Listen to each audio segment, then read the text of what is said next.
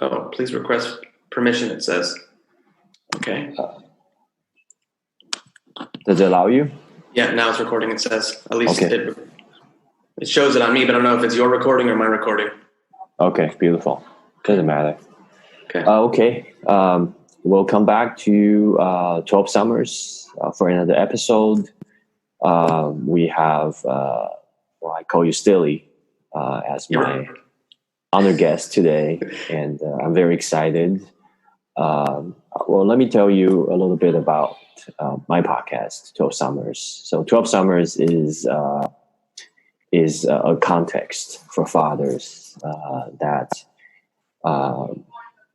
I have a 1-year-old and a 4-year-old, and a lot of time in the midst of taking care of the kids, especially young kids, a lot of parents feel like it's a never ending task.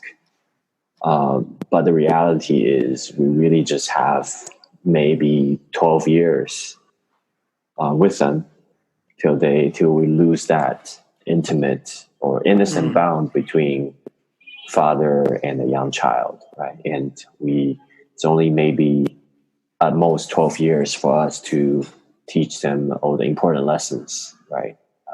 After 12 years, they're starting to become the young adult they're supposed to be, I don't know for you, like for me at 13, I don't listen to my parents anymore. I'm like, Same here. Let me be. So it's really a context, right? 12 summers is like 12 years. We need to, there's a sense of urgency that we don't have a lot of time. I don't know if you can hear my son. Yeah. He's out there. He's trying to get me out to play with him. So yeah, he's 4, and this is the sweet time between a father and son. So it's a context, and so a lot of fathers who listen to this, they actually told me like, "Oh man, like now I feel sad because I have like 8 summers left. I have 5 summers left. Like we start to get urgency that this is not going to last forever, right?" And for this podcast, I'm really hoping to serve all the fathers out there. So today we have Stilly. And last night I was thinking about like our relationship, and one of the profound event that happened between us is, for those who are listening, like this is the asshole that got me off coffee, right? And by calling him asshole, I really meant my love and respect for this man, right? Because at the time, I thought I loved coffee and I was committed to coffee, but I was actually addicted to coffee. And during a long car ride, he actually talked me out of coffee. And for the listeners, like just ask yourself, how many times in your life could someone talk you out of an addiction, right? And maybe you still love coffee and enjoy coffee. I still love coffee. Maybe once a year or twice a year, I see good quality coffee. I still drink it and enjoy the shit out of it.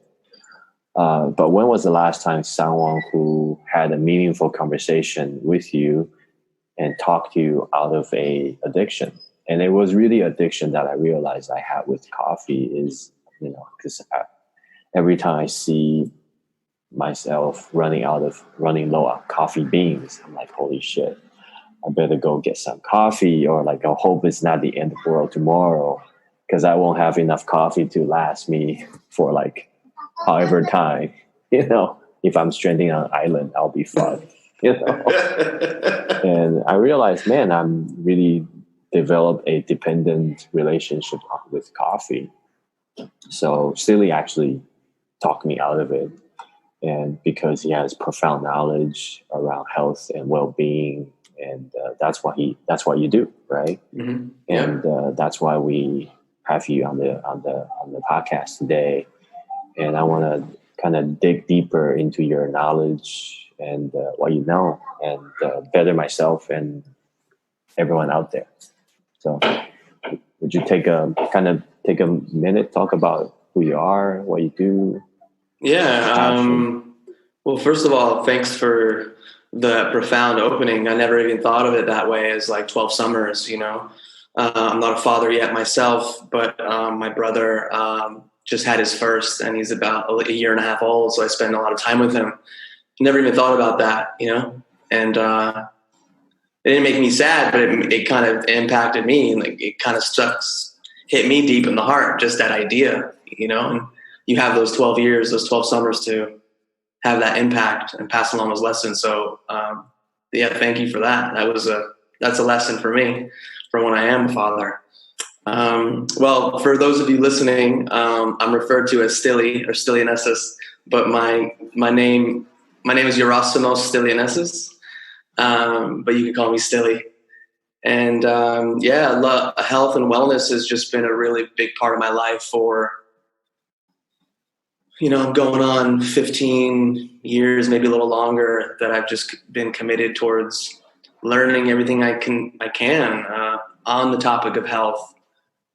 And, when people talk about health, very often they're just like, oh, what you eat and exercise, but it goes deeper than that. We were talking about health on a psychological level, on an emotional level, and you can say spiritual level. And so, I have a private coaching practice and a bodywork practice. And for those of you that don't know what bodywork is, I don't fix cars, but I work on the physical body. And so from my experience and my knowledge, I look at the body as a repository, as a warehouse for all of your human experience. Everything that you've put in your body nutritionally, different emotional events and traumatic events that have happened in your life, things that have been passed down to you through your lineage, through past generations, that gets encoded in, you could say your DNA as well. It's all stored in the body. And so when I work with people, I work with people holistically. And, it's funny. One of the things, not funny, but one of the things when I start working with people, I like to know, like, I don't mean to say this in like a derogatory way, but it's like, what are you a slave to, in your life? Like what can't you live without? Like what substance or what food? And let's start taking a look at that. For coffee, for a lot of people, it is an addiction. And so, it's been a long journey. My main focus with my clients, beyond the one-on-one physical somatic body work that I do, it's rooted in Chinese meridian theory. So it's pretty alternative. And I work to help remove excess stress, excess tension, and trauma from the body and the nervous system. I would say overall, my focus is really helping people overcome self-sabotage and getting them to really look at the external and internal reasons on why they are self-sabotaging. January 1st comes around for all of us, and people go, okay, I'm going to start going to the gym, or I'm not going to drink for the next 2 months, or whatever the case may be. I'm going to stop eating, white bread, whatever the case may be. And then like 1 week they're doing it, and then the next week they fall off. And why does that happen? What's going on in a person's psyche and their psychology and their body that prevents them from making certain changes? So, for me, health is the foundation. I don't know. There's a quote that I have in all my emails, and I don't really. It's so funny. I should have it memorized, but let's see. I have it right here, and I found it like a decade ago, and it really resonated with me. And not because it was from an ancient Greek thinker, which is my lineage, but the quote goes like this: "When health is absent, wisdom cannot reveal itself. Art cannot become manifest. Strength cannot be exerted. Wealth is useless, and reason is powerless." And that was Herophilus. I'm not sure of the pronunciation. And when I saw it, it was from 300 BC. So you're looking at a really long time ago that there was this wisdom and this knowledge out there. And it's kind of how I approach my life, that, in order to be the man that I want to be, the health is the umbrella, what I put in my body, what I put on my body,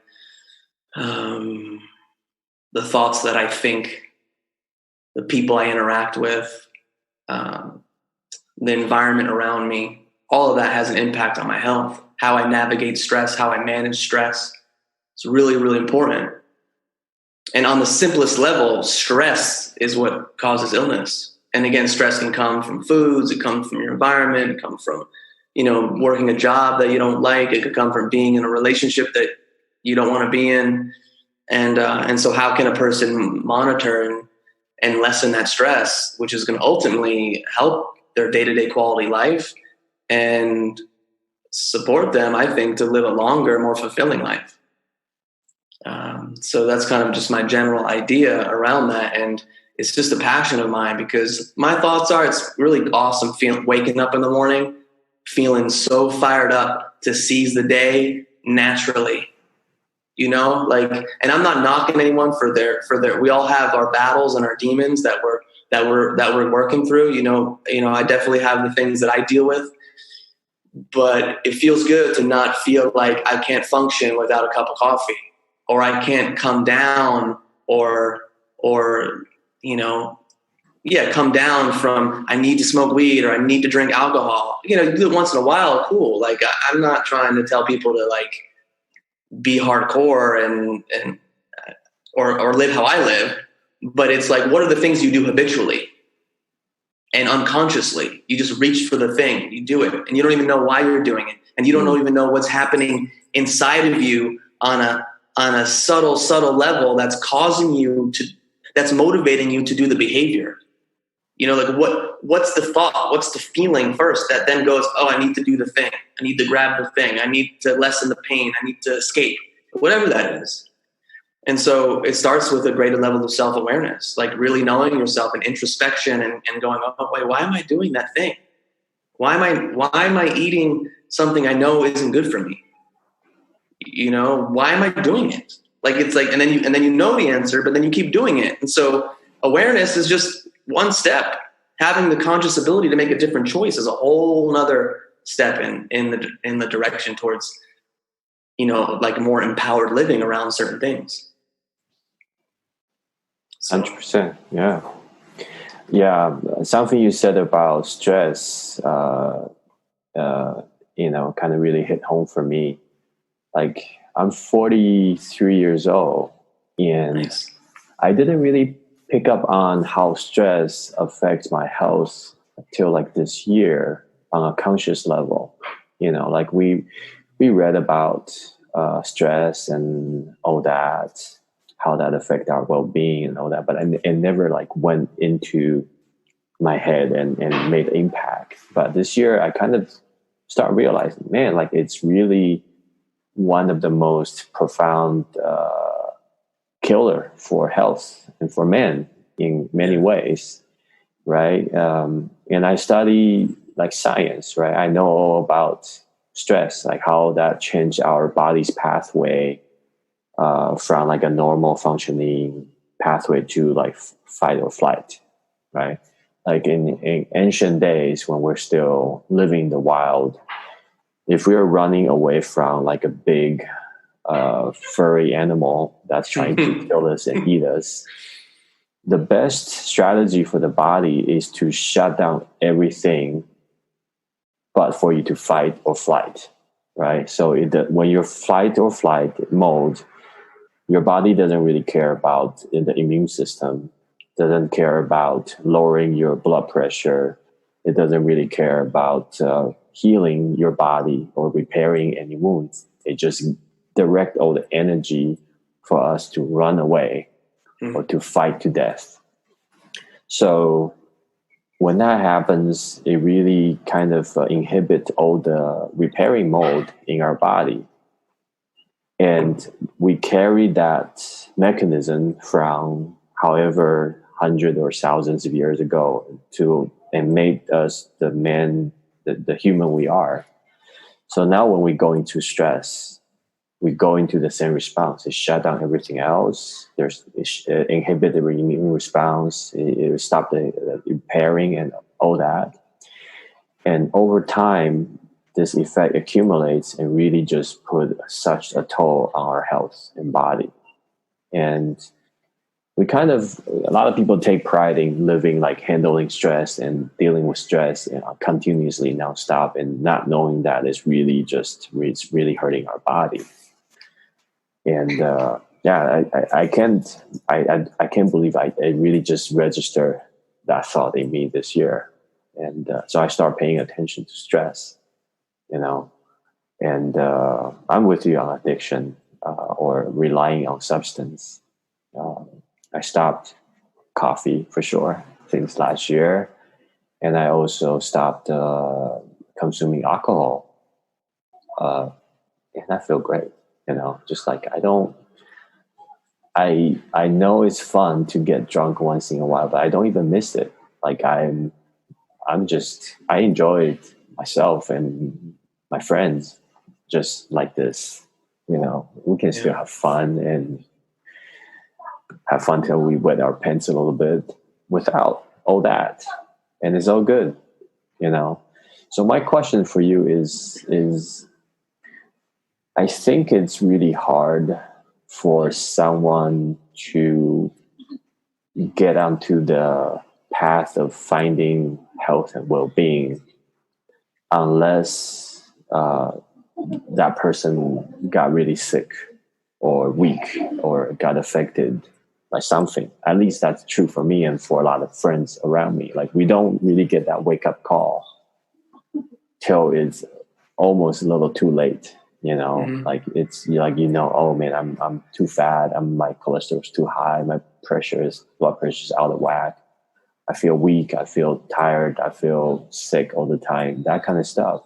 How do you raise awareness for people? Like, how do you help someone who's still doing okay, but they haven't hit like rock bottom? Like, what's your approach to helping these people? I'm really curious because men are fucking stubborn, Yeah, they are. Well, first of all, no one's going to come see me unless they're already open to it. You know what I mean? They're open, they're willing to learn, or they've come to a place where something's not working. So whether or not they've hit rock bottom, no one really comes in my door completely oblivious. That being said, I work with a person where they're at. I ask questions, like, what's going on in your life? What's your diet like? What's your relationship like? Like, I try to cover a lot of different areas, and then go from there. Because the reality is this: you're right. Unless you get ill or you get sick, you just keep living your life. You keep going through the motions. Most people, they're just trying to like do their thing and work their job and provide for the family and work 50, 60, 70, 80, 90 hours a week, whatever the case may be. Maybe they didn't stumble upon this information because it's not educated. We're not educated on this in school. Where's the high school class on how to really be healthy? Even college classes. So, and a lot of this runs counter to what a lot of the mainstream pushes out there. And so it's a tricky situation, but I just start with education and sending people articles or asking questions and proposing different things to them. Like, how do you feel? What do you eat? Like, are you aware of how you feel when you eat something or when you drink? And how do you, what do you feel like the next day? It's just, I try to bring it back to them and ask them their questions, because the reality is the education is not out there. Like, it's not blasted across the news unless you go searching for it, in my opinion. Now, general things like stress kills but in terms of like specifically, like, you're not going to go see a commercial or a news show that says you should all stop drinking coffee. Like, it's just not going to happen. It's too much money involved in everyone having their coffee. There's millions and millions of coffee shops on every corner. So it doesn't make economic sense for people to stop drinking coffee or even drinking alcohol. How many commercials are alcohol commercials? You know what I'm saying? So it comes back to each individual. Like, I'm such a huge proponent of personal responsibility, and that each man, and again, this show is for fathers, like, each man needs to look in the mirror and live in a state of self-inquiry and being like, is this thing that I'm doing, is it bettering my life or is it doing the opposite? Do you know what I mean? And hopefully they have some awareness to see, like, oh, okay, like, my belly keeps increasing in size with every passing year, or, I'm getting more sick, or I'm waking up in the middle of the night and I can't sleep, or my mind is racing, or I'm really, really emotionally reactive. And I don't know why that is. You know what I mean? Because when you're living a more present life and you're not on a biochemical roller coaster because you wake up in the morning and you need the coffee, and then you're jacked up from the coffee, and then you come down and you need more coffee or you need some sugar, and then you're jacked up from that, combined with the stress from your daily life, work, family, kids, etc. Okay, whatever that is, you come home and your nervous system, let's say, is not operating at a kind of balanced state. And then what's the thing that you turn to right away? Maybe just a glass of wine or a beer or some weed or something else. And then you come down and then you go to sleep and then you repeat the process. And this happens over, 20, 30, 40 years for some people. So it's like, how do you get off that biochemical roller coaster? And it comes back to the individual. And so if they come to see me, or if they call me or email me, we have a conversation. And that conversation goes different ways depending on the person. Like, there's different questions I'll ask them. But I really want to get clear on what their day-to-day life is like. Does that answer your question? For sure. And I think one thing you're saying is not about say no to coffee or wine or to weed, like 100%. Is about having a healthy relationship with them, right? Yeah. Like, how awesome would be if one can enjoy like a really good cup of coffee when you really want to just enjoy coffee, instead of forcing yourself like drinking like 4 shots from what's a coffee shop, a Starbucks, right? Yeah. like going into like a zombie, getting in line. It's like, okay, I need my coffee to wake up. I mean, function. That's a horrible relationship with coffee, right? And basically we become a little slave to coffee. But instead, having a healthy relationship with coffee or alcohol or weed, just like, hey man, this is great time, great coffee, gotta enjoy myself. How awesome is that, right? And I think what our conversation last year, what I got from that is like, man, I'm really abusing my relationship with coffee, and I don't like that, because I really love coffee and I don't want to have that weird relationship with it. Now I have very healthy relationship with coffee. Like, if it's awesome. I really need to pick me up, or say I have to do a super long drive, maybe I'll have a little tiny bit of coffee, and that really actually get me going for a long time. And I don't need to drink it again the next day. I'm like, thank you for serving me. I'm good. Yeah, that's a good relationship. A lot of people, unfortunately, they don't have that. Or they haven't been through the process of going off of it and then coming back on it and then realizing they get hooked back on it. And then it's a process, with any addiction, it's like sometimes it's 2 steps forward, 3 steps back, 1 step forward, 2 steps. You got to kind of dance with it. And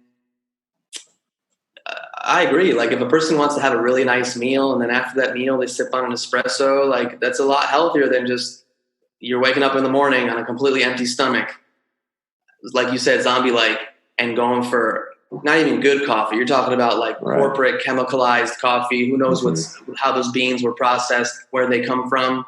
So if a person orders like the best beans they can and they grind them themselves at home and they enjoy a nice cup of coffee once in a while, that's awesome.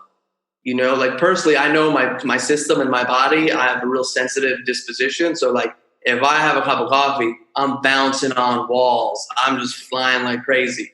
That's how it was. I mean, I haven't had coffee in over 6 years, but when I used to have coffee, it was, I mean, I liked it. Let's just say I liked it. I was just like, but I felt it in my system. I felt it in my body. I felt it come down. So you hit the nail on the head, and it's relates back to what I said earlier about what is it that you do habitually that you're not even paying attention to, and how do you redefine your relationship to it?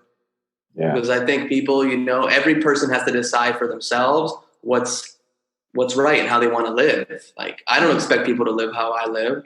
And at the same time, if certain things aren't going well in a person's life, and then I ask them like, okay, well, how often do you drink? How often do you consume coffee?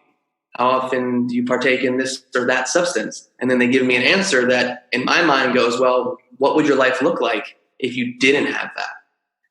And I mean, sometimes that question alone is destabilizing. Mm-hmm. Because how many people, even this conversation alone is probably super triggering to a lot of people. I mean, the idea that like going off coffee is one, an option, two, could potentially have a huge benefit on your health and your relationship to yourself and your relationship to your emotions and your environment, et cetera, is like another language, like speaking another language, you know? So, but I mean, I think that's awesome that you did. And, you know, that we had that conversation the first time we really connected. And I remember when you messaged me, I think it was like a week later, you said you were off coffee, and it was like, oh, wow, cool. Because sometimes I'm just having a conversation. I'm giving my gift, or I'm being me. And I didn't know, like, I know you said you drank coffee, but I didn't know like it was something you were grappling with, and then you actually made a choice. So to hear you say like we had a conversation and that had an impact on you, I mean, it's kind of reaffirming to me when I get down on myself, oh, I shouldn't talk, I should just be quiet. It's like, well, no, people ask me a question, I should respond and answer and answer with my passion and my conviction that I have. So thank you. And I commend you, man, for doing it, because I think that's a heroic act. Like, I love talking about the individual and heroism and what we do in our day to day. That's heroic. That helps us work through our challenges and moves us closer towards being the best version of ourselves. And something like that, I think is heroic. Like, you know what? I have this addiction. I have this thing that I'm hooked on, and I just can't wake up, or I can't function without it, whatever the case may be. And you're just like, no, like, N-O, these two powerful letters, this powerful word in the English language. For me, I think it's so powerful. And how often do we feel the power of that with ourselves and with the things that we've done, or the patterns that we've been conditioned, whether it's by society, by a peer group, by whatever, to be able to stand firm in our own sense of who we are and be like, no, today I'm going to win this battle today with you, coffee. And that's how I look at it, you know? And I agree with you. I believe this conversation right now is super triggering, because I remember in the car ride with you and Jendra, like the whole time you guys were talking about that, I was like, my head was like, no, fuck you. I love my coffee. Fuck you. You know, shut the fuck up. You know, I'm like, no, I love coffee. What are you talking about? Like, my coffee is awesome. You know, I love my coffee. I'm committed to coffee. You know, I make my own coffee. I love it. It's my morning ritual. Yeah. It's a ritual, right? Yeah. That's what I tell myself. But then I realized, man, it's a ritual, but I'm became a slave to that ritual. You know, it's not serving me. That's it. Like, it's controlling me. It's not serving me. So whoever is feeling triggered right now, just let you know it's normal, and you don't have to stop drinking coffee. This is just one element that we're talking about. This could be something else. It could be a abusive relationship. It can be alcohol. It could be tobacco. It could be something. That's not really. It could be pornography. That's another big thing for men. Right. Yeah. I'm not ready for that one yet. But, no, I got it. I hear you. But whatever, you know, I hear you. Whatever it is, you know. Mm-hmm. Right. Whatever it is, it's not just one thing. It's just for a opportunity for us to look inside and see what's been controlling us. Right. Yeah. And we're not asking everyone to live like a monk. I mean, even monk, there's be something controlling them. Oh yeah. Right. And but the purpose is to live a healthier and happier life. And that we can all agree on. Yeah. I mean, for monks, sometimes it's meditation and silence that they turn to, that they keep turning to all the time. You know, it could be its own thing, but I hear you.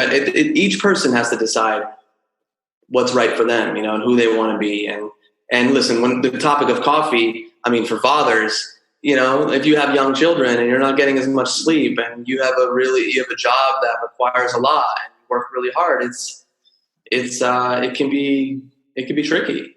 My brother was off coffee for a long time, and he works a stressful job of different hours. He's an assistant director on movie sets, commercial sets, and he was off coffee.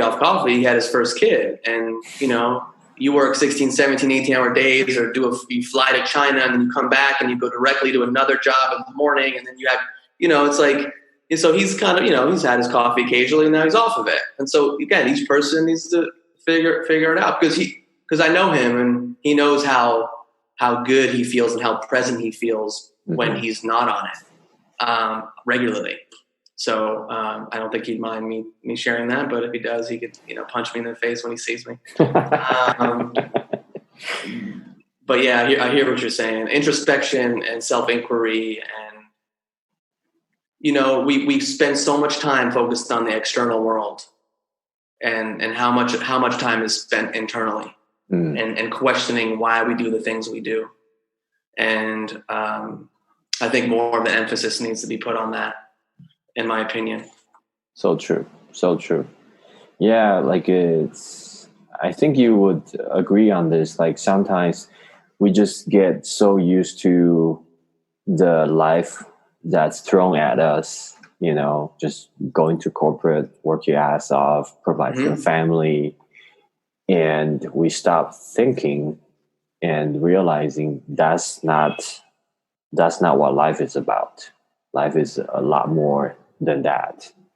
But a lot of people just get stuck in that mold, especially I think like growing up Asian, that's what we're taught. Just like study hard, then work hard, and then start a family and work even harder to provide. And that's your whole life. And at 60 years old, most people who follow that routine or that lifestyle has a better than average life, but then they also have a fucked up health. Yeah. Now they have to spend a lot more money to fix their health now on different medications and not having energy and a short-term life with their family and paying for it. Yeah.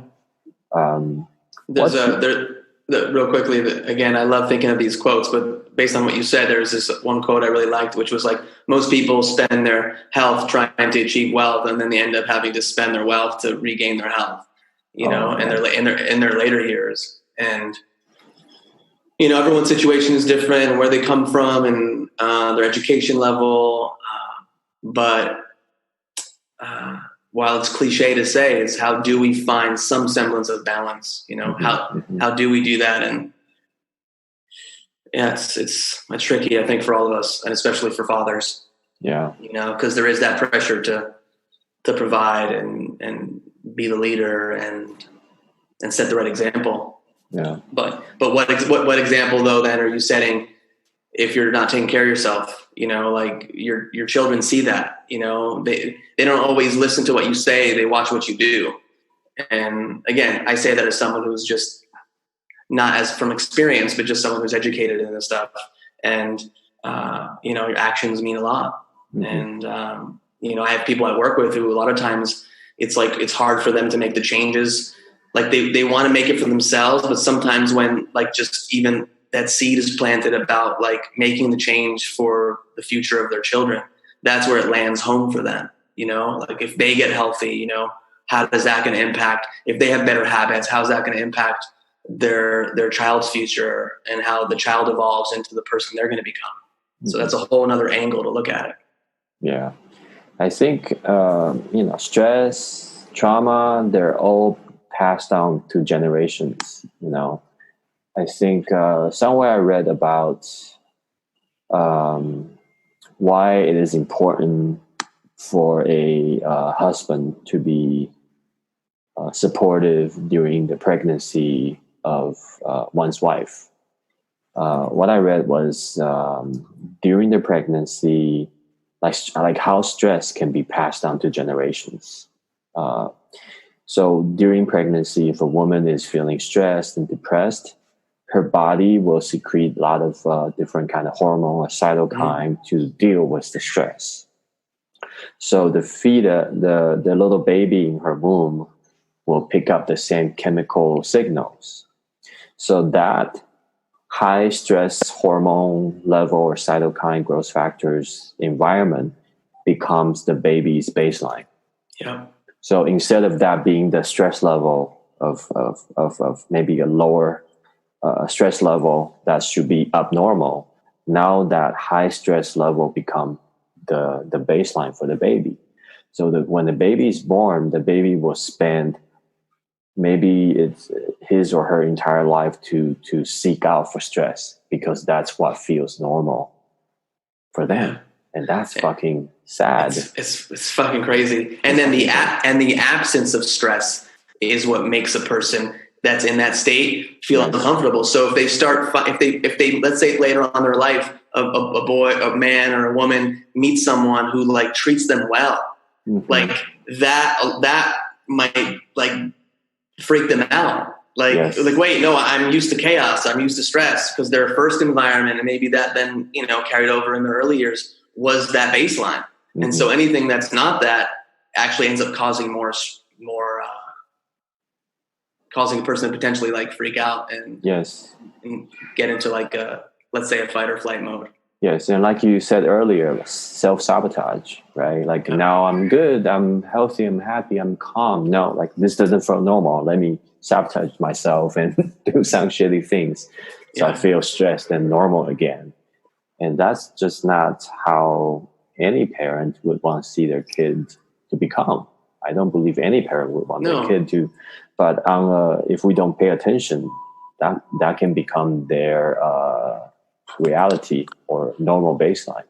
And you brought up something that I think a lot of people don't even know. So that's awesome. But like your child's environment starts at conception, doesn't start at birth. And so like they're in the womb during that 9-month period. And so their environment, the stress levels of the mother really can have an impact on the child. And to take it a whole another, like a deeper level, is that the psycho-emotional state, like the psychology of the female too, can have a really big impact on the child as well, So there was who's the stress? I think Robert Sapolsky. He's a stress expert. He wrote a book called "My Zebra Has No Ulcers," and he's written other books. And he talked about that idea regarding what you said about the stress hormones that are being exchanged in that during the uterine period. And who was the other? There's a woman. My wife right now is working on her PhD in depth psychology with an emphasis on somatic studies. It's a little alternative. It's a study of the unconscious, but bringing the physical piece into it. So she's doing her dissertation on touch. And so there's this one of the most well-known touch researchers. I believe her name is I believe it's Dr. Fields. And there was a study done that they separated pregnant women into high anger category versus low anger. And that the high anger category, like the child dealt with developmental delays and other emotional issues, et cetera, et cetera. So again, we're bringing this back to stress, and being mindful of the impact that your environment has on you. And it starts early on, and it starts even before that. Sometimes it starts with how the second, third, fourth generation before that, grandparents, how they live their life can be passed down as well. So it's like, you may not even know why you're stressed out because of it might not even be because of your parents, And I like to use this example because it's a little crazy and alternative. But when I was in my nutrition school, this was about 13 years ago, I did a program at the Institute for Integrative Nutrition, which is an online nutrition school. But at the time I did it in person. And the teacher there was talking about this idea about, the emotional state, the psychological state of the parent, the mother, while the baby was in the womb. And this one woman got up to raise her hand to talk. And I'll never forget this. And she got up to share her story. And she said her whole life, she felt like she didn't belong. And she grappled with suicide and emotional issues. And I think it was like a year prior to that, she had a conversation with her mother's sister. And the sister told her aunt told her that during her whole birth, her mom didn't want to have her, like wanted to have an abortion. And so I bring that up just to showcase like the thoughts we think, especially in that period, can have an impact on it, or even just the early environment, the first few years of a child's life are really, really important. So again, not to say that if things were a little chaotic, things are like it's all over. Like it's just to know, like right now, like all we could start is from this present moment on. Is like, what can we do to create a better environment for ourselves, and if we're a parent, to create a better environment for our children. Yes. Yeah, we're not having this conversation to turn anyone into a victim. On the contrary, we want to do the opposite, is to having, like you said, the awareness first. Without the awareness, nothing's going to change. No. So pay attention to who I am at this point and decide where I want to go, and find the right tools, find the right person, right coach to help you deal with the stuff and get to where you want. That's why we're having this conversation. Yeah. I mean, personal responsibility, empowerment, that's where it comes down to. Yeah. And knowing that you have the ability to choose and to change your circumstances.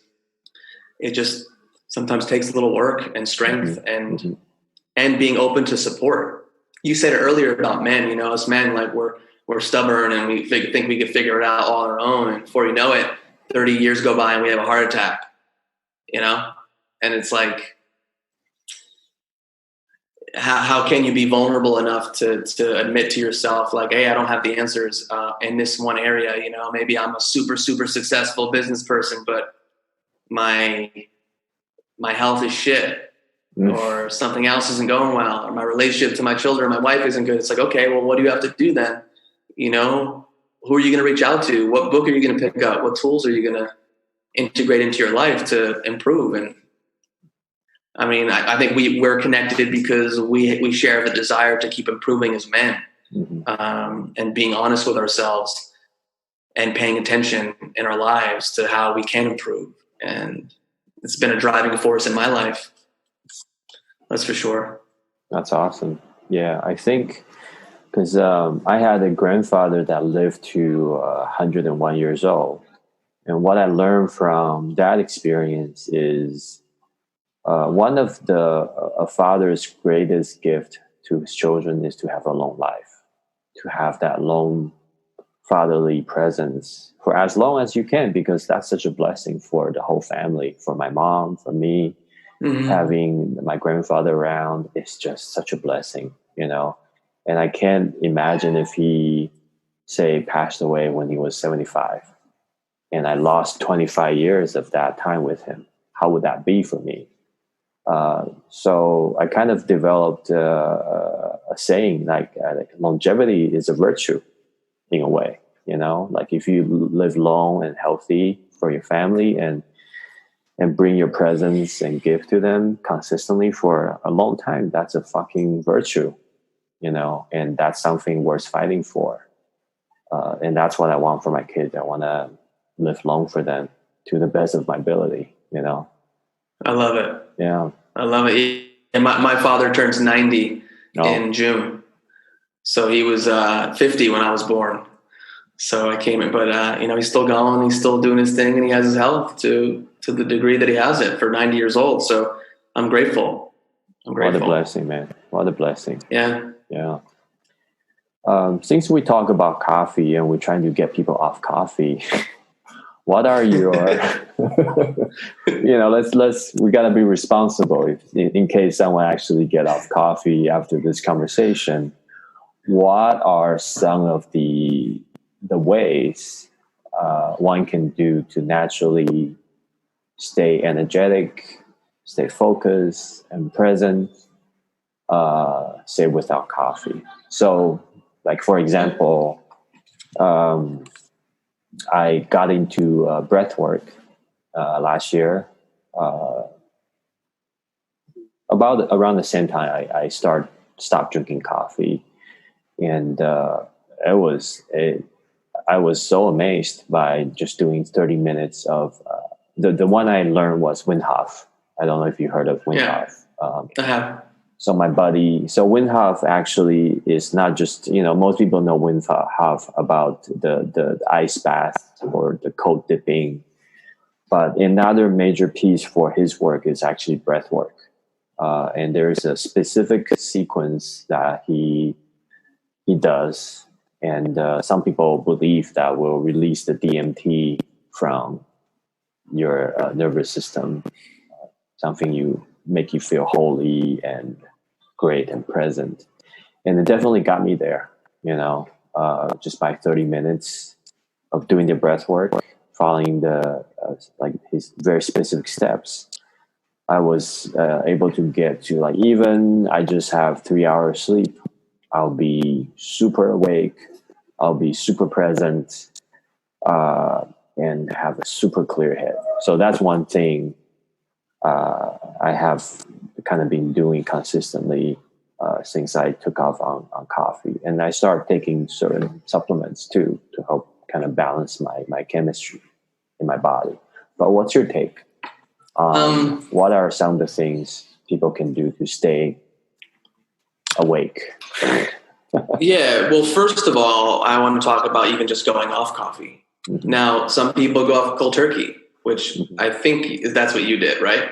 That's what it is, yeah. Yeah, and so, everyone's different. Some people want to rip the Band-Aid off and get right to it and deal with potential headaches. I mean, I don't know if you had headaches for a few days. Oh, yeah. 3 days.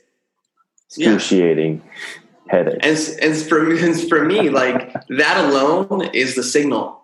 Nothing that's really healthy for you should be having that kind of reaction, should be doing that to you if you stop using it. That's just my thought. So that being said, you said earlier about it being a ritual. I tell people, keep the ritual, change the substance. But if you are going to go off coffee, if you don't go cold turkey, I work with people to let them know to wean off of it. So let's say there's a coffee substitute. There's different coffee substitutes out there that are made from roasted chicory root or whatever, Dandy Blends a company, Ticino's, all these different things, So you can make your coffee and then one day maybe it's 80% coffee, 20%, and then 70-30 and 60-40. You can kind of wean yourself off over a 1 or 2 week period. I don't know. I kind of feel hey, just deal with it. Rip the Band-Aid off. But again, everyone's different, so I want to present options because it could, to one person, it could be fuck it, I'm not drinking coffee. But then the other person is I don't know, and they might need to just kind of come off of it slowly. So, well, the first thing is sleep. Get adequate sleep. I think that's going to help you get positive energy. Breath work works. Getting up, doing breath work, taking the cold shower works. Definitely helps wake up your body. The proper nutrition helps, because a lot of times people turn to coffee because they're eating shitty foods. And so they feel like they're drained from the shitty foods. And so they turn to the coffee to jack them up. And again, we're back on the biochemical roller coaster. It's up and down, up and down. And so how can a person be steady? Supplements. I mean, I don't take too many I don't really take too many supplements. For me, it comes down to sleep, proper nutrition, cold showers, breath work. Again, I'm a body worker, so it's making sure your blood and your lymph and your energy is flowing through your system, through your body. There's so many different ancient practices, Chinese practices, more modern practices to kind of keep the blood flowing. That's gonna keep your energy going. Good eating, healthy eating, nice balanced eating, protein, carbs, fats, but make sure they're good quality.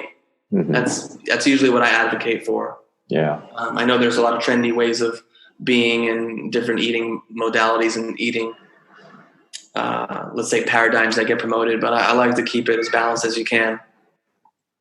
Yeah. Just go back to basics. Go back to basics. Yeah. Nothing fancy. Go back to basics. I mean, the human body has been the same way for the past few thousand years. I mean, Yeah. we do, we do change slightly over time and adapt to new environment and new behavior, but it's really all the same, So I agree. Just go back to basics and sleep. I'm glad you talk about it because I personally believe sleep is super important. For food, when human evolved, we have developed mechanism to deal with like no food for a long time, right? So the human can actually go days without food based on how we evolve. And our body can deal with that stress pretty nicely. And even when, you do intermittent fasting, it's actually good for your body, right? Mm-hmm. Because that's how our body evolved. I mean, human really grew up in a environment where it's not always a constant supply of food, right? So weaning ourselves of food for a period of time is actually good. But on the contrary, we don't really have a good repair or defense mechanism to lack of sleep. Because human almost always for the 99% of our existence on this earth, we have been waking up when the sun rises and going to bed when the sun goes down. So we always get plenty of sleep because there's no light, there's no electricity. And electricity is actually a very new thing to human history, right? So we haven't developed or we haven't evolved to have a mechanism where we can deal with no sleep. So it's actually put a huge amount of stress on the body when we don't sleep well or sleep enough. So I'm glad you brought it up. And having enough sleep will just actually address so many health issues that we deal with. Yeah, I mean, it's where you regenerate. It's where, so many things happen physiologically while you sleep. And you hit the nail on the head about when you think about human history, we weren't being bombarded with all this technology and blue light frequencies. And, we woke up with the sun, we went to sleep when the sun went down. And now it's, the sun goes down, but then we're on our smartphone and it's blue light that's shining into our eyes and it's signaling to the brain that it's 12 o'clock noon when it's not 12 o'clock noon. It's late at night and our bodies should start getting ready, physiologically speaking, ready for bed, and melatonin should be being produced. And then it's like time for bed. But instead, it's like all this blue light and it's just like cortisol. And then people also wonder why they have difficulty sleeping because they're watching TV till whatever time and they're on their computers without any kind of filter or whatever the case may be to soften the light. So I'm really big on really like educating people on the impact of blue and green light frequencies and how they can impact your health. And speaking of sleep, a person needs to really be mindful of their sleep environment. What is their room like? Is it a sacred space? Does it get dark? Do you have electronic equipment everywhere? Because that's a whole other topic when it comes to health that has a basis in science. Is just like the different electromagnetic frequencies that are impacting physiology that, in my opinion, has an electrical essence to it. And so can be interference there. And so the more you can have a space that, while it's very, very difficult, resembles how it would be in the natural world a long time ago, is the best thing for you. But we live in a modern world. We live in an industrial society. We live in large cities, many of us, not all of us. And so we do the best we can with what we have. But setting yourself up for success by making sure you don't have too many distractions and that your cell phone isn't right next to your bed when you're sleeping on is really important. But I mean, I could go down that rabbit hole, but just as a basic thing is, what's your sleep environment like? What's your room like? Is it dark? Is the temperature maybe a little cooler? A lot of those things really impact your health and your energy levels. And this is, I mean, we talk about coffee, but it's all related. If you don't get good sleep, you're going to want coffee, because let's be real. People have responsibilities. People have to show up to work. They need to be present. If they're not that way naturally, they're going to look for something that's coming from outside themselves in order to do what they got to do. But again, it's a vicious cycle, because you start doing it, and then it's 2 days later, a week later, 5 years later, 10 years later, and it's just a part of who you are. And it gets even more difficult to change habits the longer you've been doing something. Those neural pathways are like really, really strong, and to like separate from that and create new ones, new ways of thinking, of being, of acting, it takes even more heroic strength. So sleep is hugely important. Yeah. But I just want to make a note for the listeners. If you're listening to this podcast before you go to sleep with the cell phone next to you, you're allowed to finish this episode before you remove the electronic device out of your bed. Or turn it off or put it on airplane mode, and you're good. Yeah. But finish this episode, please. Yeah, please do. Please do. And then tell us to go fuck ourselves, because we're talking about getting off coffee. Well, you mentioned something about blue light and green light. Say a little bit more about that. I'm curious. I mean, we know blue light is bad, but I want to pick your brain on more details. Well, okay. Like, listen, I'll be the first one to say, like, I'm not going to break down the nanometers and the scientific. That's just not my expertise. Well, and even what you said, like, blue light is bad. Like, it's not bad if it's coming from the sun at during the day. You know what I mean? There's certain levels of it that are really, really important, because again, the sun signals to us what our body needs to do. You know, it's like, it is the timekeeper for our day. It impacts our circadian rhythms. Like, we have these biological clocks, and so the sun impacts that. And so if we're not honoring these natural cycles, our body's going to pay the price. So the thing that that upsets me, and it's I don't want to say upsets me, but you have to look at it in certain ways. Like, we've moved further and further away from like incandescent lighting, and we've moved towards all these energy saving lighting. Now, we may be saving energy, but there's increase in these more dangerous light frequencies that have an impact on our health. And, you know, I've read different studies and different articles on even how the street lamps in different areas and in nature are being changed as well. And they're impacting the health of the natural world, of animals as well. Mm. So, you know, it's something that's really so new in our evolution. I mean, the technological, let's say our bodies aren't really evolving at the same pace that technology is advancing. And so there's such blessings and amazingness and awesomeness. I mean, the fact that we're having this podcast and you're in Taiwan and I'm in Santa Monica is incredible because of technology. But then how can we use it responsibly? How can we, again, have the self-awareness and the knowledge to go, oh, hey, okay, cool. Like, I have a filter, or I have a yellow-orange thing that I put in front of my computer. No, I didn't do it here because I would look orange to you. But usually when the sun goes down, I'm really mindful. I have a hack set up on my iPhone where I can make my iPhone red. You know, I have a shortcut to make it red. So when the sun goes down, I immediately have it red. So it's not really in my face. And my wife and I keep our place pretty dim in the evenings to do the best we can to mimic, you know, living a little bit more in the natural world. Because when we talk about health and wellness, I think one of the biggest things that has impacted our health is that human beings, we have lost complete connection to the natural world.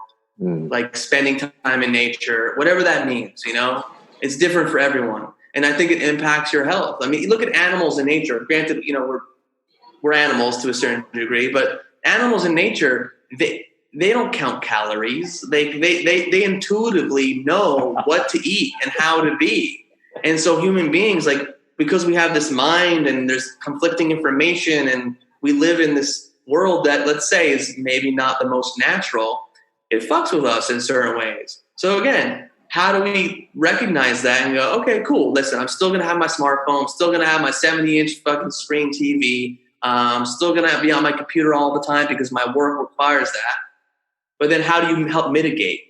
How do you mitigate these things? And so, there's so many things we can talk about. And there's people who've committed their lives. They're like electromagnetic radiation specialists, and they study different frequencies and how the impact on the human body. And you can go crazy with this. But the simplest thing for me is, okay, like, do a hack on your phone.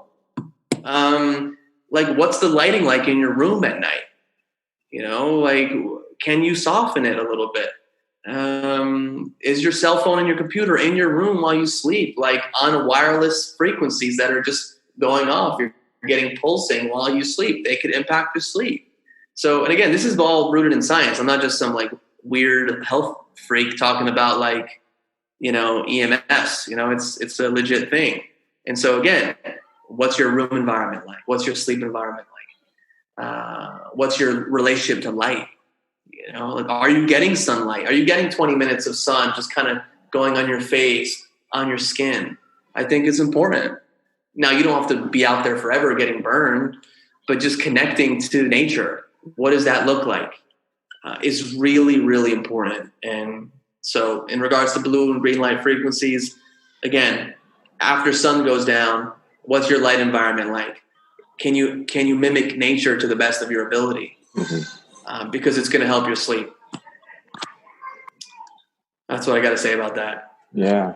Again, back to basics. Nothing complicated. No need to spend money on expensive device.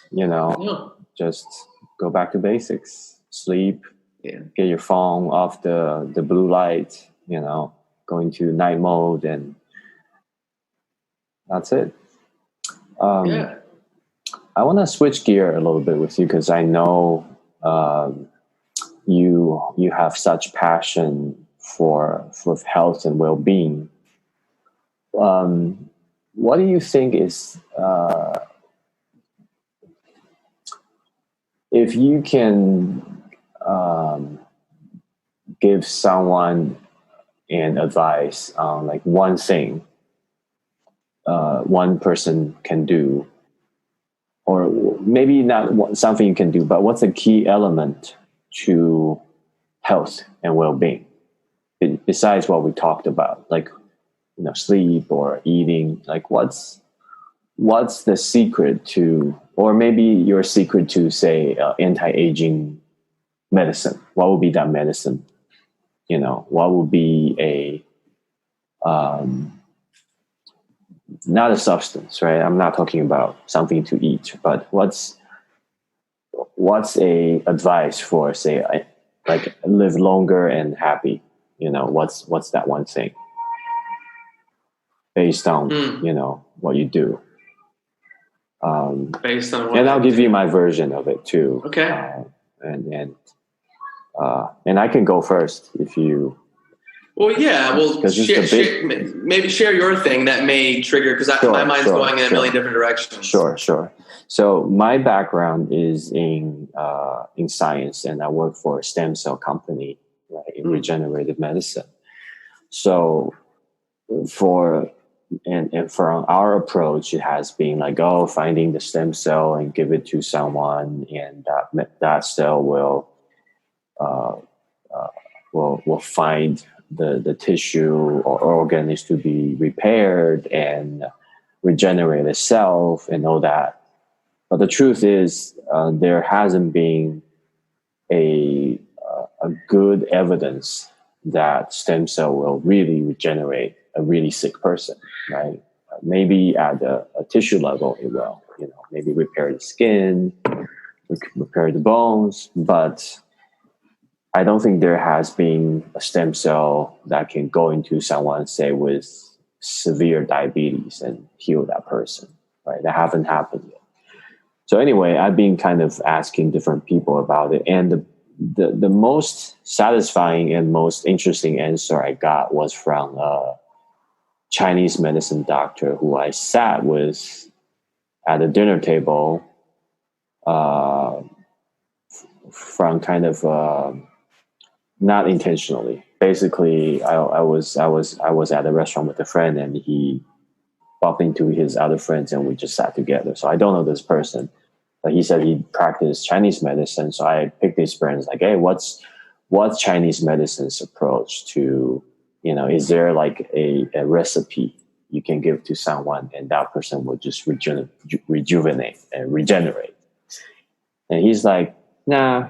He's like, okay, imagine, like the food we had was pretty good that night. And he was saying that the food is pretty good, right? Imagine right now, you are sitting next to someone you really hate, like your enemy or someone who has hurt your family. And he said, would the foods still taste good to you? Will you still enjoy this experience? Well, the answer obviously is no. And he said, well, okay, now think again. Like now, if you're just having like okay food, but you're sitting with like your girlfriends, like two of your girlfriends that you like, and now how would the food taste like to you, right? The whole experience will be amazing, even the food was just okay, right? So he was talking about like mindset, or where your heart is or your mind is, like, and that was very eye-opening for me. Like by switching, yes, like you can have the best food, but if you're sitting like next to someone you hate or you dislike a lot, it will totally ruin the experience. And which opens, and he said the actually, so what he's trying to say is the most potent medicine is your mind. If your mind is at peace, is calm, and you're at a good place, even the environment is not so okay. And that was a very satisfying answer I got, and I didn't see that coming either.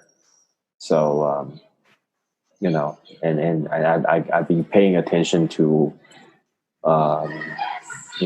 where my mind is. So last year I started doing meditation, and it's helping with that process.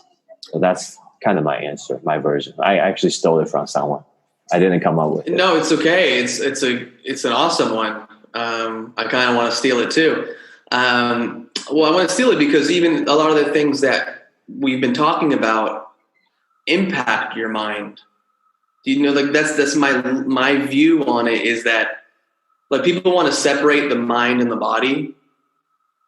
And I think it's been separated just to have a clear understanding of each one of them. But to me, it's a synergistic thing. It's like the body, mind, the mind, body, they work together. And so when you can heal the body and shift the body, it's going to impact your mind. But there's also things when you can change the way you think about certain things and be able to, it's going to impact the body. So, it comes because again, negative thoughts are going to create stress in the body. They're going to impact you in a certain biological way, in a chemical way. That's not going to be as ideal as if you had peaceful, loving thoughts, present thoughts, optimistic thoughts. It doesn't mean you have to be that way all the time, because then we get into a whole other conversation of, I know a lot of people who try to be positive all the time and try to push down and repress any form of negativity, and that causes its own imbalances. But again, baseline and what's habitual is, are you living a life where you're present? And if something does happen, let's say you get a negative phone call, let's say something goes on in your relationship, or your boss, or you get fired, or whatever the case may be, like, how do you handle that? Where is your mindset at? Where is your emotional state at?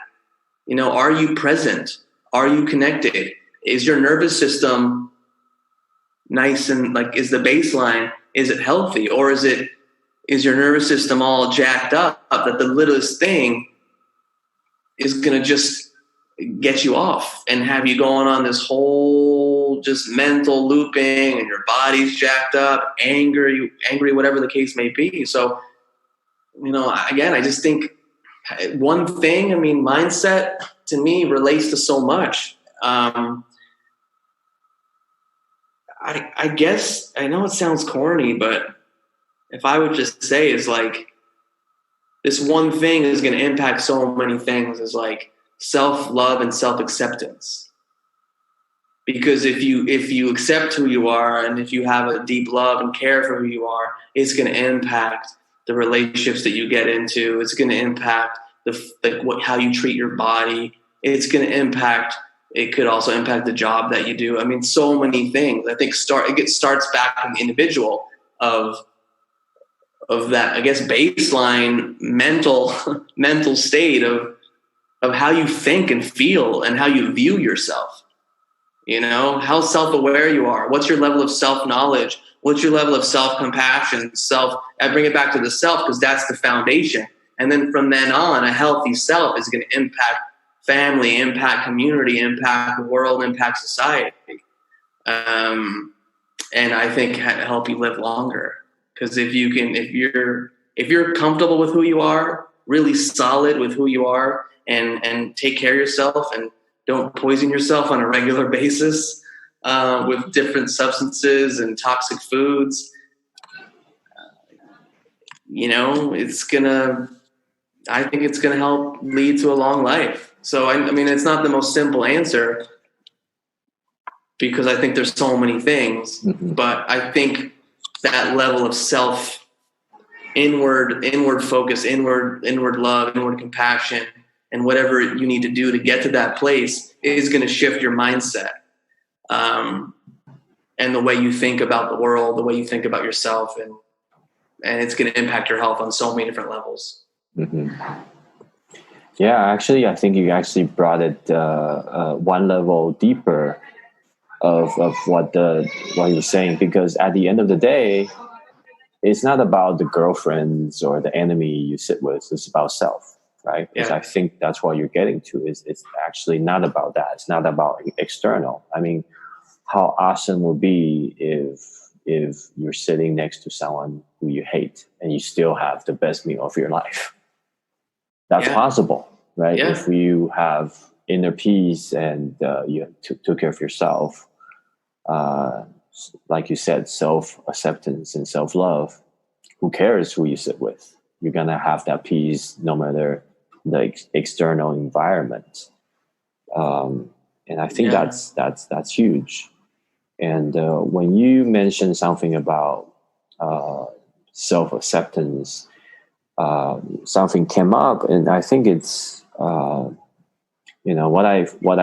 I sense for a lot of fathers is, because now in the morning they're working, and at night they're going back to the family. They have to take care of the kids, take care of the wife, and be with everyone. There's really not a lot of time for them to take care of themselves, right? Or ourselves, including me. And where we are lacking on the self-acceptance, and how we can get that is I think there is an answer is to, and you and I, we both understand what it is to have our boys, have our men in our life, right? And I'm not talking about the man who you go out to a bar and get drunk with. I'm talking about like men that will really have your back, right? And we both understand that because we both have that in our life. Yeah. And the man will support you and love you and hold you accountable at the same time. That's right. It. Hold you fucking accountable to your words and make sure that we stay honorable to our truth, our words, our purpose. And when we find our space among our men, there's a lot of peace and self-acceptance that come with it.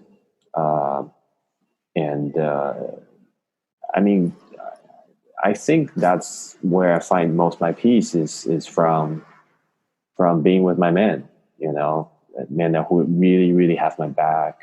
They know when I'm down, they'll bring me up, and I see them down, I'll bring them up. We do that to each other all the time. We find a way to serve each other and serve the community together a lot of times, right? Like what we do for the community. And I think that's where we find self-acceptance and find our space, and we find a lot of peace. So I just want to add to that. Yeah, and no, it's beautiful. And I think part of the self-acceptance about having that level of connection with other men and that community and that bond is realizing that we're not alone too in the stuff that we're dealing with and we're grappling with. And that, I think, adds another layer of I don't want to say peace, but like, I feel like a lot of people, you know, and I talk with some of my clients, and they think they're the only ones that have these thoughts, like that they're grappling with these things. And sometimes I'm like, you know, I grapple with similar stuff. Like, what are you talking? It's just some people just don't realize it. And especially if you're living a life where you like white knuckle everything, like you're just going to get through it. You're going to deal with it. You got to be the rock for everyone, and it doesn't matter. And then maybe you don't have like close, like social connections or friends with other men, or not even friends, but just like you said, like another man that's going to call you out and have your back. A lot of people don't have that. And so it brings sometimes a level of suffering up, and keeps a person from getting to that place of self-acceptance. And so, yeah, I think, you know, we're social animals, and it's like, do people want to think like they're the lone wolf? Fuck this shit. I'm going to do everything on my own. And, you know, it might work for a certain period of time, but over the course of a lifetime, it ain't working. This doesn't work. It doesn't represent nature. And so it's like, you got to have your pack. You got to have your pack that has your back. You got to have your pack that has your back. Let's make it a little bumper sticker. I love it. Yeah, I love it.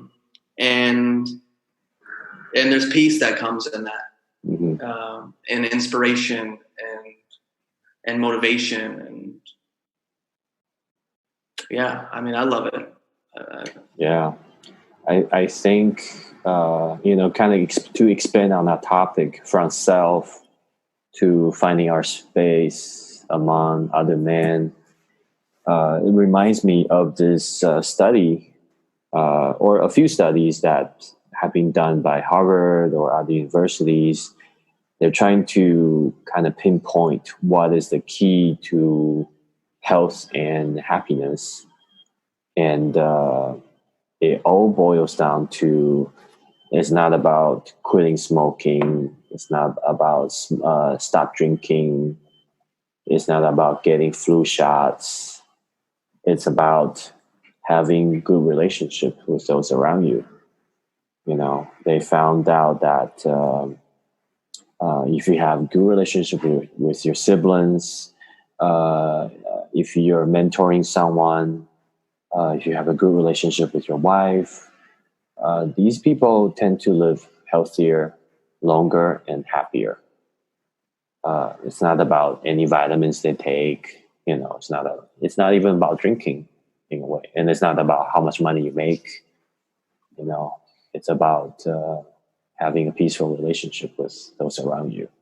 I'm a big believer of that, and that's why one of the reasons I'm doing the podcast, because I think, you know, like, all fathers need to stand together and work together, you know, to make this world a better place.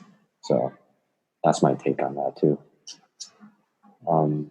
I love it. I think there's a lot of truth in that for sure. Yeah. I want to, you know, kind of pick your brain on, again, going into your expertise, what are some of the stuff that you think the society is kind of being misled around health and well-being? What are some of the beliefs that we have that's not serving us? You know, because I know you like for one, coffee, right? You got me off coffee. So I believe there are more topics in that area. I wanna like hear your thoughts about, what are some of the stuff we're being kind of misled, or generally the society is being led on to the false belief, right? Or misguided ideas about health and well-being. Yeah. Well, that's a loaded question with so many different avenues to go down. Yeah. I hear you. I'm gonna. We'll see what comes out of my mouth. Yes. That's the idea. But yeah, like I think first and foremost, it's like I have a kind of a running joke, and people could agree with me or not agree with me, but I kind of tell people you shouldn't eat or drink anything that has a commercial for it, because usually the commercials that are being put out there, that's just focusing on a financial element, like advertising is big business, and our food industry isn't always focused on making sure people are eating the healthiest of foods. And so most of our commercials are for foods and beverages that I wouldn't recommend a person consume unless they wanted to once in a while. But even then, what's the point? There's healthier options.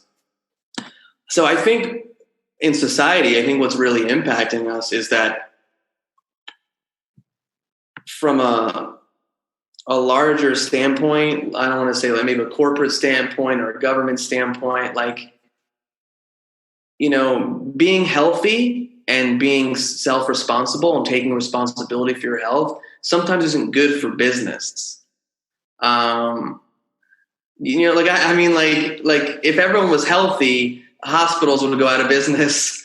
Doctors wouldn't have the same level of business that they have. So it's a tricky thing, to talk about this, is that I think we're just being conditioned away from the things we're talking about on this podcast, around connecting more to people, on spending more time in nature, on spending less time on our devices, or at least when we're on our devices, like we're doing it more consciously. So,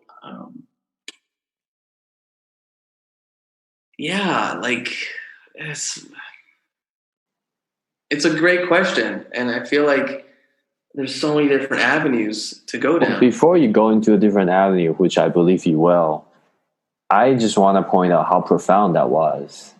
Like if we all take on stopping or drinking anything we see on commercial for months, and imagine how that would impact our life, because basically that's all I want to eat when I turn on the TV. Like I want to take on whatever the commercial is telling me. I mean, every time I see a Coca-Cola commercial, I'm like, oh man, I need to have a Coca-Cola. Or not even that, because that's the obvious one, but just everything on TV. You're right. It's not on TV because it's healthy. It's on TV because it's generating money, and it's not always related to health. One of my observations during the COVID-19 pandemic is that for the few times I went into the supermarket, one thing I observed is that all the greens, all the vegetables, fully stocked. Yep. That's what I love, by the way. I love vegetables. I love cooking vegetable soup, nourishing vegetable soup. I love that. So I went in, like everything I want is still there. All the organic stuff, fully stocked. But when I walk by the frozen section, they're all gone. Right? And to me, that is fucking crazy. Like this is the time you want to treat your body well and eat nutritious and clean food to help your body to fight any potential infection. But all the green stuff are still there, but all the frozen sections, like 90% gone. Like, I'm like, wow, that's how people respond to Yeah. To this, and now you have time to stay at home and cook. How come we're not doing that as a society? We're naturally leaning towards the frozen food. And I think you're right, because it's what's on TV that's being advertised. Like nobody's selling fucking like organic carrots or lettuce or there isn't a Super Bowl commercial for your local farmers market. Exactly. You know what I mean? And back to what you said, like, I agree. I think in the beginning it might have been a little bit towards like, well, what if the supply chain goes down and it needs things frozen? I need to put everything in my freezer. But ideally, I'm there with you. Like, I go into the supermarket. Oh, everything I want is there. I don't even go down those aisles. I can't remember the last time I've gone down those aisles. Like pretty much 100% of the food I eat is local and organic. Now, there's some privilege with that. Most people in this country, and I'll just speak in terms of the U.S., unfortunately, we got to go towards the fact that a lot of the stuff that isn't healthy is being subsidized. They're organic people aren't being encouraged to eat organic foods. So that's not being subsidized. So there's a whole tricky, this whole conversation we could get into around that. But yeah, like don't eat food that's on commercials. Like start there. And the reason why is, we're influenced by the media we watch. Our brains get impacted. Our psychology gets impacted. I mean, there has been so much research and so much written about how our minds can be manipulated by media and can be impacted by the media we watch. And so, just from the TV shows you watch, the movies you watch, everyone's drinking coffee. I mean, those are there for a reason, in my opinion. And they impact people. So I watch movies here and there. I watch, and I'm an ex-actor. I used to act for a while, and I love film. I love TV. But because I started learning more and more of how I had to start being more conscious of what I was watching, because I'm getting programmed subconsciously by the media that I take in. Now, that may seem crazy to a lot of people, but if you go down that rabbit hole and you look it up, it's a real thing. So commercials and advertisers, people that are working in the advertising industry, they understand the human psyche on levels that the average person has no idea. If you go back to the early 20th century and look up a guy called Edward Bernays, he was the nephew of Sigmund Freud. And he utilized his uncle's understanding of the deepest, darkest desires and understanding of the human unconscious. He used it in the early 1900s and throughout like the 20th century to help advertising companies manipulate the population into buying their products. So it's just something to think about, that, you just have to be mindful of this. It's a real thing that people do. I mean, I'm not making this up. And so when you say, oh, I watch these commercials and I want those things, like, that's because they're doing their job. Like, people don't spend millions and millions of dollars on Super Bowl commercials unless they work. So okay, what's the solution then? Maybe press mute during commercials. Press mute during commercials, so you're just watching the thing that you're watching. And again, it sounds crazy, but this stuff, I'm not just making this up. This stuff is backed by, you can watch YouTube videos of college psychologists, PhDs, talking about this exact thing on the media and the media's impact on our behavior. So I know we went down a little bit of a rabbit hole, but that's what we do here. Rabbit hole after rabbit hole. I love rabbit holes. And, it comes back to personal responsibility. Like, you know what I mean? Like, are you responsible with what you're consuming? And it's not even consumption of just food. It's consumption of the media. What are you allowing? Okay, you go back to what the Chinese doctor said. He talked about your mindset.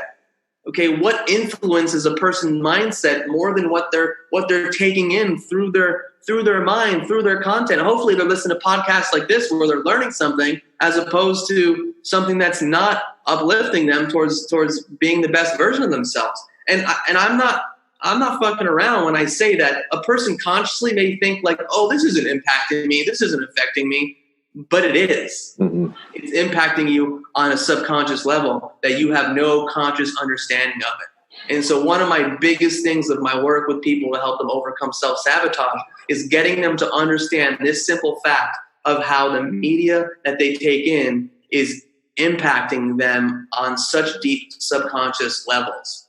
And it's going to impact how they eat. It's going to impact very often the relationships they get into. It's going to impact how they behave in society. So I'll leave it at that. Yeah, I agree with you. Like, I think advertisers will be the first one to jump on any potential mind control techniques. Mm-hmm. I remember when I studied social psychology in college, they gave an example, like during the early days of movies, they movies is like about 30 frames per second, right? So they will put in like one frame per this 30 seconds, say, drink Coca-Cola or buy popcorns in there and into the movie, and want to see if people actually buy more popcorns or Coca-Cola. Well, the good thing is it actually didn't affect people. It didn't change their behavior. But I think the important thing is they'll fucking try it. Yeah. And if it fucking works, they'll continue to do it. And there are many other examples where it actually works. So they will use what people found in social psychology and implement it into advertisement. And believe me, they'll always be the first one to implement it, and they will be the one who pay attention to what works and what not and actually use it. So I agree with you. The influence of these commercials are more profound than we want to believe. Yeah, the commercials, movies, TV shows, media. If you a docu-series I recommend is The Century of the Self. It was a BBC documentary, I believe in 2004, by someone called Adam Curtis. It's 4-part, and they explore Edward Bernays and the history of utilizing, the media and certain other propaganda techniques to get people to do certain things, let's just say. And it's fascinating. It's 4-part series. You can find it on YouTube, and it goes into this topic on a much, much deeper level. What's it called again? The Century of the Self. Century of the Self. All right. I think it's 4 50-minute or 4 1-hour episodes. That was featured, I believe it was like early 2000s on the BBC network. And it's really cool. And especially when you go into and you learn about the history and of Edward Bernays and the work that he did, it's fascinating. Oh, more rabbit holes. Yeah, I love rabbit holes. I spent a lot of time going down them. Oh, man. Maybe we should change this podcast to 12 Summers of Rabbit Holes. That's what I love. Yeah, no, it's inspiring, man. It's inspiring to talk about this stuff and to share this with you. Yeah. What other, say, documentaries or films or TV programs would you actually also recommend people to watch, like regarding the topics we talk about today? Yeah, there was a documentary that came out, and I think it was 2007, and it was when I was in this nutrition school, and a couple of the people that were featured in that documentary were speakers at my school, and it's called Food Inc. I don't know if you ever saw it, Food Inc. And really, yeah, just a really awesome documentary that talks about the food industry and the food system and how we've just kind of moved away from smaller farming operations to like these large operations, and subsidizing these like monocultures of like corn, soy, etc., wheat, and but it goes into a lot. I haven't seen it in 13 years, but it's something I recommend to a lot of people. It's a good intro, and obviously things have changed in 13 years, but that's definitely that's one that comes to my mind. It's funny, I've seen so many, and then you ask this question and I go blank. I have a movie on Netflix. It's called Heal. Oh, I saw Heal. Yeah, I like elements that of it. one? Yeah, I like certain elements of it. You know, I tend to be pretty picky where I watch something and certain experts or speakers I agree with, some I don't. But that's just how I am. You know. What are the parts you like, and what are the parts you don't like? Of Heal, I couldn't really tell you off the top of my head because I saw it right when it came out. The part I like was like really similar to what we talk about today. Like I wasn't really paying attention to like specific methods they use to heal their body, but I think the mindset and the power of mind and the power of spirits, you know, a lot of people who thought like they don't even know why they're sick, you know, but then they start dealing with the stress or the hidden stress or the stuff they haven't been facing, and they start to heal their body. That's what I got. Yeah. I wasn't into kind of the voodoo path some of them took. And I think if it helped them, awesome. Yeah. It's just not something I'm familiar with. Listen, the placebo effect is real, you know? So again, like if you believe that you're going to get better, you're probably more likely to get better than someone who doesn't believe they're going to get better. Like, let's say you're given a death sentence by, you know, your physician that like, hey, listen, you only have 6 months to live. You know, there's some people who take that and say, fuck it, I'm gonna beat this. And I've heard countless of stories and examples of people who have, and other people who don't. And I think your mindset has a lot to do with it. So you're with it all the time. So except when you're sleeping, but even when you're sleeping, you're in the dream world. And so that's having its impact on you as well. But mindset's huge, especially when it comes to illness, and believing that you have the strength and the wherewithal, and you don't get lost in the victim state. You know, it's okay. Listen, I completely honor people, you know, having those moments where they feel like, you know, they're not going to be able to overcome something, but don't live in that moment. You know, like you can have those moments, but again, it comes back to heroism and living a heroic life and being faced with something challenging, an illness or a setback or whatever the case may be. And how do you respond? How do you respond to that? Do you let you get it down, or do you use it as fuel and strength to overcome it? And to, you know, this is why I love some of these more epic myths and stories that we've learned growing up, or, you know, you think back to the work of Joseph Campbell. And I mean, shit, if you even just think about the Lord of the Rings, you know, like the Lord of the Rings as a myth, as a movie of people coming together, of rising up, of people who you wouldn't even think, you know, like the hobbits, who you wouldn't even think would be able to have such an impact on the planet, if they dig deep within themselves and they persevere and they overtake and they beat some evil. But whatever that evil is in your life, it could be a sickness, it could be something else. It's like these are powerful myths that can help guide us towards living more heroically. And that's why I think people should expose themselves more to these kinds of stories and these kinds of myths that have staying power, that are deeply, deeply powerful, because they can impact us on our day-to-day life, as opposed to just watching a show where people are living their worst lives and not being their best selves all the time. You know, it can be fun once in a while, but like, how is that programming you? You know, again, it's called TV programming for a reason, but like, how is that impacting you and impacting your sense of self and impacting your relationships when all you're seeing in front of you is the most dysfunctional behavior that exists? Is that something that you want to model yourself and your life after, especially when we know it impacts you on a subconscious level? Personally, I don't. And so that's why I made a choice a long time ago to just, you know, be more mindful with the content I consume. And this is coming from someone who, I mean, I watched some fucked up shit in my life and loved it. And I won't even go into what, you know, you could just use your imagination. So it's just like, I had to make that connection with myself and how that was impacting me and how it wasn't bringing more peace and presence into my life and making me feel more empowered. So again, another rabbit hole, but it's really, really important. And your audience is going to think I'm fucking crazy. You are a little bit, and I am too.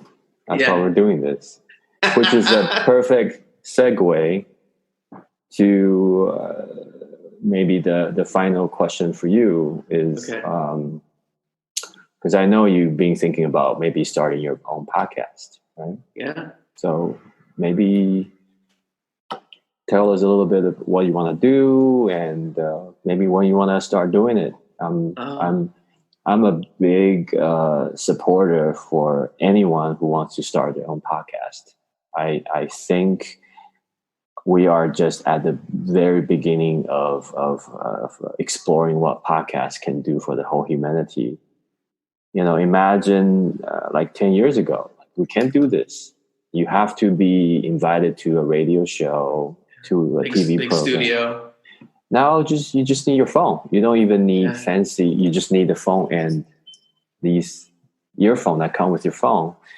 You can start doing podcasts. So I think it's awesome. I know you've been thinking about it, and maybe talk a little bit about what you want to talk about. And when you want to start. And it's all coming from like, I want you to win. Thank you. I appreciate that. Well, first of all, you asking me to be on this helps, just because there is a simplicity to it, like having Zoom and having an interview. And then, I think once I get over some of the initial, I guess you could say fears, but like, technology isn't my forte, like isn't my area of expertise. And so I think just doing it comes down to just doing it. So I've been thinking about it for a while. I've been moving slowly into the direction of it. I've been on a couple podcasts, and I think my plan is I want it to be around like, what is true health? But like true health, I haven't really come up with a title yet. It might be true health beyond the status quo, because again, I like to very often challenge conventional narratives, mainstream narratives, give voice to people who maybe think about things in a different way, perhaps in similar ways to me, or maybe, someone who brings a different viewpoint up. And I love the path of the individual and the people who have, keep bringing up this topic, but people who have maybe, again, gone against the consensus and have bucked the status quo and have challenged maybe certain authorities. And what does that take as an individual? What has that done for them in their own growth process? So like, while I want it to be around health, I also want it to be around the journey a person has taken towards becoming the person they want to be, towards becoming the person they've become in these different areas. And when I talk about health, I mean health in like a broad spectrum. It's beyond what you put in your mouth and how you exercise. It's again, looking at yourself, looking at the health of the individual, the health, relationship health, spiritual health, societal health, and whoever I can get to talk about different issues and have a dialogue and conversation, because I love having conversations and I love talking about this stuff. And it's something that people have told me for a long time. Why don't you have a podcast and just interview and have? It's pretty much having a freaking conversation with another human being or another two human beings, however you do it. And so that's kind of where I'm at. I'm still in the beginning stages of adding that piece to my repertoire, in addition to my coaching practice, my bodywork practice. I kind of have my own signature system that I've developed to work with people in 3 month, 6 month programs. And I, unfortunately, the pandemic, this whole situation, I started a single day event for men in Los Angeles called Somatic Freedom, a pathway to true health. And I had my first event. There was about 12 men there. Wow. And it's really, really deep somatic. And by somatic, I mean of the body. Soma is the Greek word for body. So deep physical practices to help remove excess stress, excess tension, toxicity, and trauma from the nervous system, from the body. And it was such a success that I had my next one scheduled for April 5th, but I had to cancel it because of everything that went down. So I think by doing my workshops and having my coaching practice, but then having my podcast, I feel really good about these different avenues of sharing my gifts and also learning and presenting, just like you're doing with this, like presenting the people that are drawn to you and drawn to your podcast, presenting them with information that, maybe they don't have access to. And so it's something that I want to do, is I want to be able to present really cool information to people and awesome guests, and maybe perhaps controversial guests, because I like so awesome. I like stirring the pot, and I like making people think, and I think that's where creativity comes from. When there's a little conflict either within yourself or with other people, I think it gets the juices flowing, and I think it's healthy to challenge your beliefs. I'm always challenging my beliefs. I do whatever I can to get outside my own echo chamber, where I'm just surrounded by people that believe the things that I believe and think the things that I think, and because it feels safe to be in that place. And I kind of want to have I want to go somewhere where it's uncomfortable, where I'm questioning my beliefs. Like, oh shit, like, wait, why is that true? Where did I learn it? Oh, okay. I read a single article, or I listened to one person, and then it just became my belief. Like, but have I investigated it for myself? Have I spent hundreds of hours or a few hours or reading a different book, or taking something off a bookshelf, or talking to another doctor or a physician that maybe disagrees with something that, someone on CNN is talking about? So I like these things, and it's not about, sometimes it's not even about right or wrong, although I do have a passion for truth, whatever that means. But I have a passion for it. So it's like, I'm going on a tangent here, but I'm so passionate about like topics around truth, around health, around freedom, around the individual, around the health of a society, which I think starts with the health of individuals, and just thinking about different people I want to reach out to, and maybe they'll say yes, maybe they'll say no, maybe they'll ignore my messages, but that's kind of where I'm at, Chu. Awesome. And I'll share with you, like, I was in the same phase for like 6 months, and I was researching for the best microphone, the best earphone, the best amplifier. I'm just like taking notes and all that. And I realized I was just procrastinating by trying to find the best. Then I just went talk to my buddy. He was like, oh, show me everything you have. I'll just get exactly what you have and get started. And to be honest, once you do the first one, it just, all the stress is gone. Like, you just know, like, you just have to keep recording, and that's it. Nothing complicated.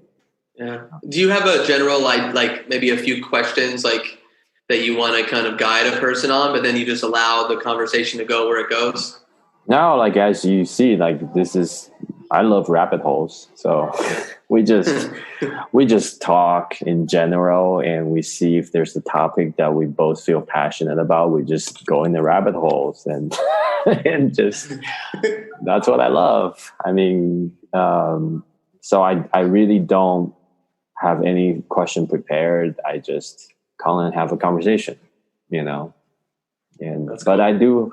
I do have a purpose, which is really, or a context, which is really the title of the podcast. So I don't deviate from that, but I love rabbit holes, Yeah. I'll go into that. That's the word of the day. That's the word of the day. Yeah. Yeah. That's the word of the day. So they're fun. They're fun to go down, and yeah. So and that's part of the introspective process, is like coming face to face with something that maybe challenges you to think about things in a new way. I guess, again, doesn't mean that you have to then adopt that as your as your belief. Mm-hmm. It's just something to just jiggle your consciousness up a little bit to go, oh, wow, this is interesting. I didn't know this. I didn't know that. I mean, it's kind of cool. I think I'm built and designed that way. Not everyone is, and that's cool too. But I'm a lifelong learner. I love exposing myself to information and taking that information and then helping other people. That's ultimately my reason. Like education is really, really important to me. And it's a big theme of my life is supporting people and educating people to kind of maybe see beyond their established beliefs and to look beyond and not just for themselves, but in society as a whole. And with my focus being health in a very broad sense. So I appreciate you inviting me to come on today. It's cool to have this conversation. This is the longest conversation we've had. Yes, it's awesome. And as an offer to like get you started, feel free when you get your podcast started. If you want to use this one as one of your episodes, feel free.